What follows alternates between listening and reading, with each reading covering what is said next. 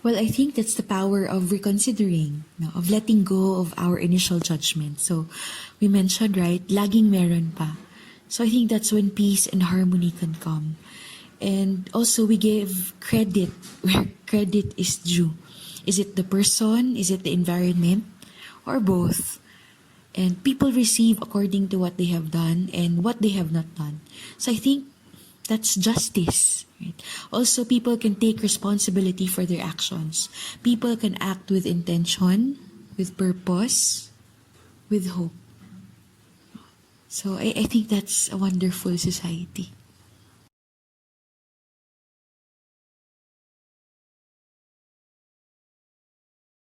There are many ways to answer this one.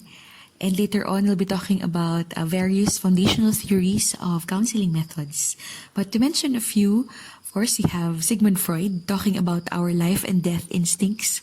So being selfish, having selfish desires, or being self-centered, it's innate. We have this innate desire to survive, to procreate, and to satisfy those desires, to strive for self-preservation. Or being selfish also could be a form of a life script. If your life is a movie, then part of that script is the self-centeredness. I think Sir Francis mentioned this one during his talk on mental health. And then selfishness could also be learned, conditioned, something that can be nurtured by the environment. Or, as complex as we are as human beings, a combination of all these theories or perspectives.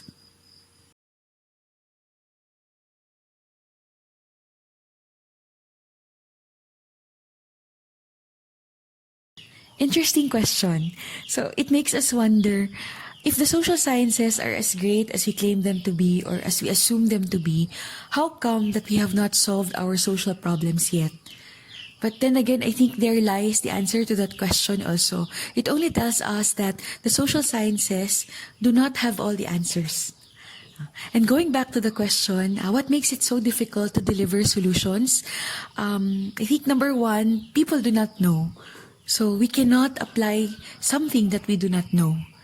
And number two, which is related to number one, people lack skills in real life. We know that theory is very different from practice or taking action in real life. Number three, why is it so difficult? The scope of social sciences itself limits itself. We're talking about people, we're talking about societies. These are ever dynamic, ever mysterious, always escaping our minds. A former teacher of mine once said, kung akala mo na unawaan mo na ng tunay ang tao, hindi tao yung naunawaan mo. If you think that you have understood a human being fully, then it is not the human being that you have understood. And then number four, why is it difficult? I go back to a favorite quote of mine by Lilia Watson. She's an activist and a visual artist. And she said, if you have come here to help me, you are wasting your time. But if you have come because your liberation is bound with mine, then let us work together. End of quote. So I think it's so difficult to deliver solutions because we lack the right mindset, the right mentality of why do we deliver solutions. So it's not about being messianic, but it's about realizing the profound connection that we have with each other. So working together and having that kind of mentality, that's something that's sometimes more difficult than merely delivering solutions.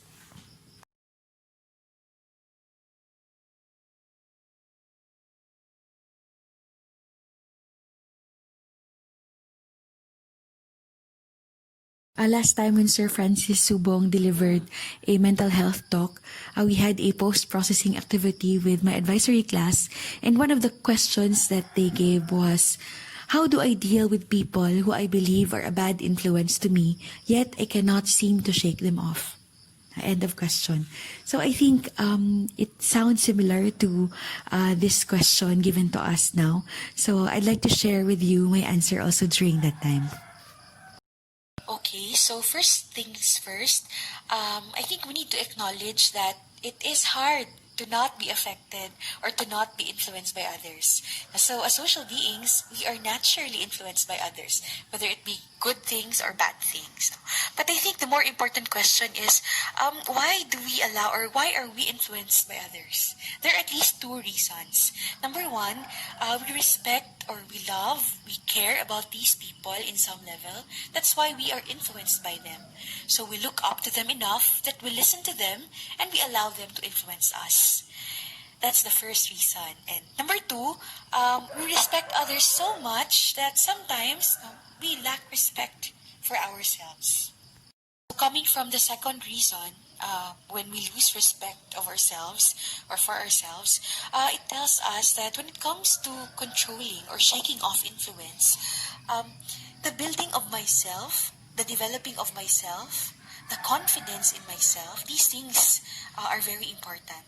If I am not self-aware or if I am not confident in myself, if I do not know who I am, then I will begin to look for myself or to look for my confidence in the people around me or the external. So confidence in oneself is very important because in confidence, we find our value. If we know our value, then we can also gain confidence. If you know the value of yourself and you're confident that you have that value, what other people say or whatever they do, it won't matter anymore.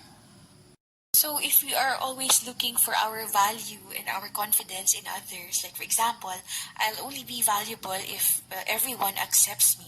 So people usually follow the crowd because they feel accepted or they feel that they belong if they do so.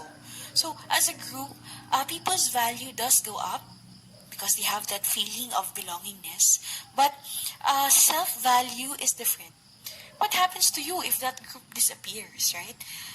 So how to not be swayed by negative influence or whatever influence? First, discern and check if you are following the right influence. But for the most part, exercise your self-confidence. Know yourself better. Develop yourself more and more. Then you do not have to look for your value and confidence in others. You will not be easily swayed or you will not be influenced, especially by things that you know that are not good for you.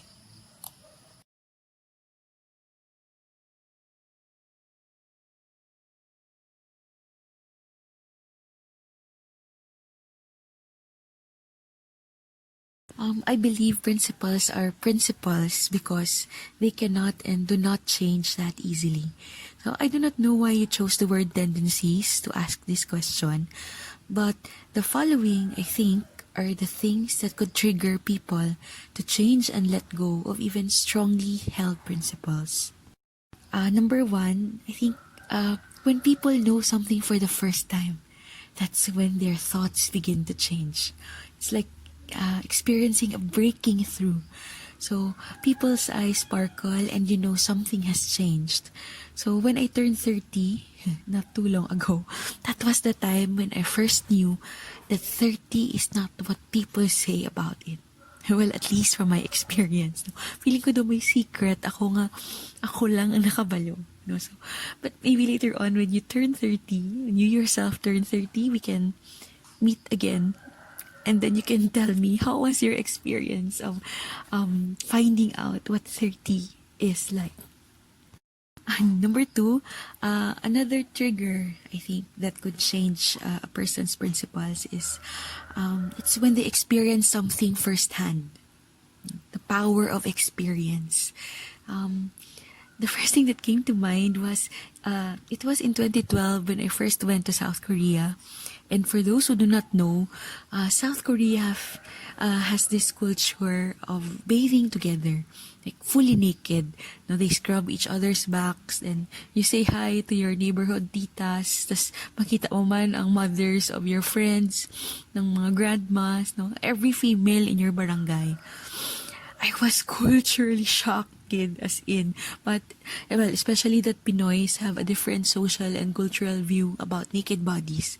So, that experience, that first-hand experience, of course we see, well, for those who watch Korean dramas or are familiar with Korean culture, to experience it firsthand is such an eye-opener, a life-changing experience. for me. It taught me a lot and changed how I think about nudity, vulnerability, connection, and many other things that I still have with me until this day. So that's number two, no? Experiencing something firsthand. And number three, I think the third thing that could trigger people to change their principles is it's when people have hope. When people have hope. I have this favorite actor whose favorite number is 51. So why 51? Because when things are 50-50, that 1% makes all the difference.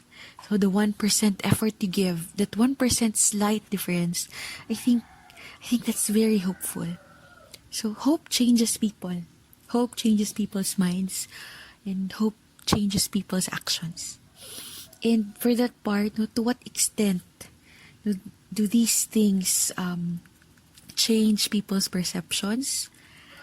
I think to the point that their actions change. We can only say that perceptions have truly changed only when they are coupled with changes in action. Also, as I thought of this question, I realized that the term tendencies might be the right term, no? For use tendency. The tendency of our thoughts to flow from one direction to another. The tendency to open or close ourselves to experiencing things for the first time.